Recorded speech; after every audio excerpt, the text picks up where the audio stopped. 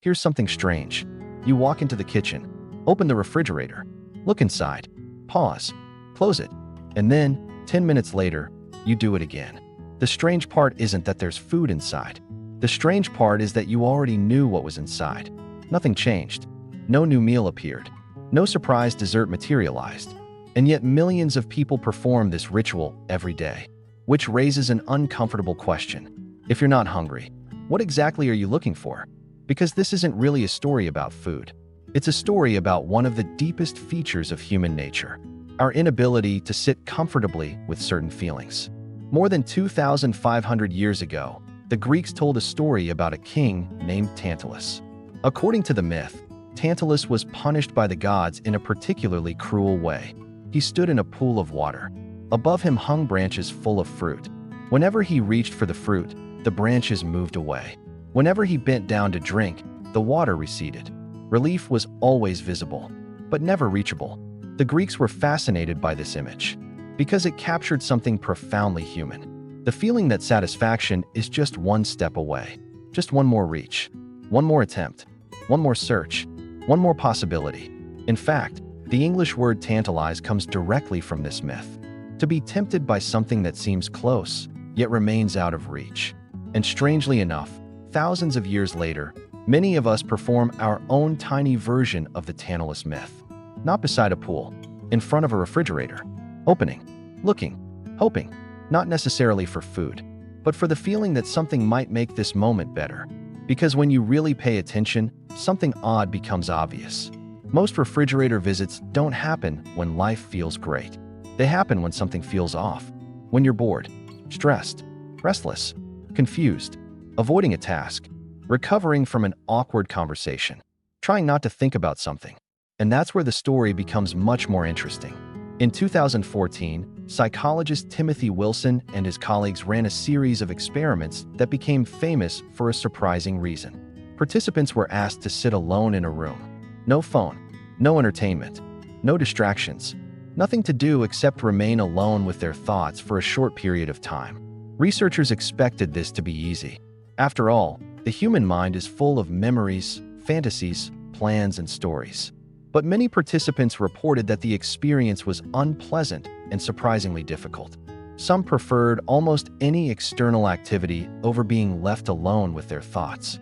Then came the shocking part. Participants were given access to a device that delivered a mild electric shock. Many had already said they disliked the shock. Some even said they would pay to avoid receiving it again.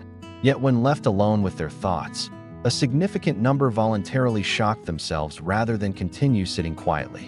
One participant reportedly pressed the button 190 times. Think about that. People weren't seeking pain. They were escaping stillness.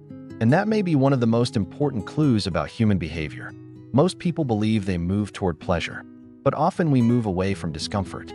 That's not the same thing. When you open the fridge without hunger, you may not be pursuing food.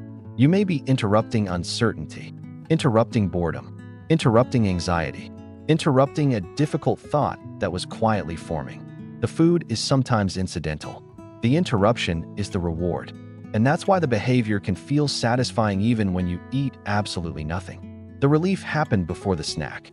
This idea fits with one of the most influential theories in decision neuroscience. The neuroscientist Antonio Damasio proposed that emotions don't merely follow decisions. They help guide decisions before we are consciously aware of what's happening.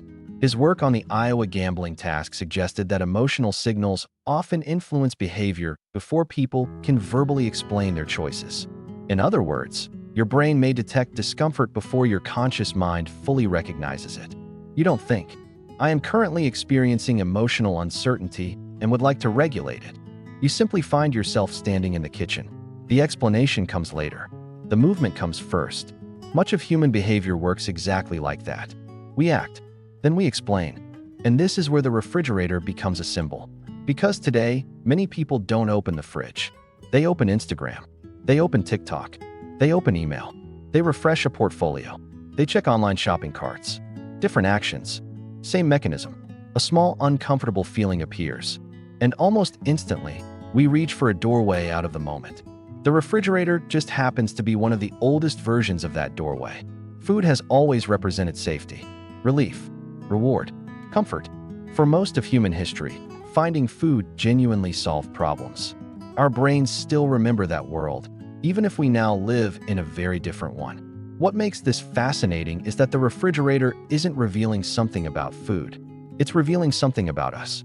Humans are meaning-making creatures, but we're also discomfort-avoiding creatures.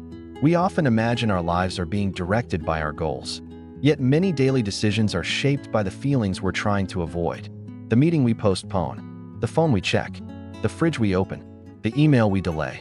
Very often, these behaviors are not random. They're emotional exits, tiny escape routes hidden inside ordinary life. So here's a small experiment. The next time you open the refrigerator without being hungry, don't look at the shelves. Look at yourself. Ask, what was I feeling 10 seconds ago? Not, what do I want to eat? But, what am I trying not to feel? You might discover the refrigerator was never the destination, just the excuse. Maybe the strangest thing about opening a refrigerator isn't the behavior itself. Maybe it's what the behavior reveals. That beneath modern habits and modern technology, ancient patterns are still alive. The same search for comfort, the same search for relief, the same hope that the next thing we find will change how we feel. The Greeks turned that idea into a myth.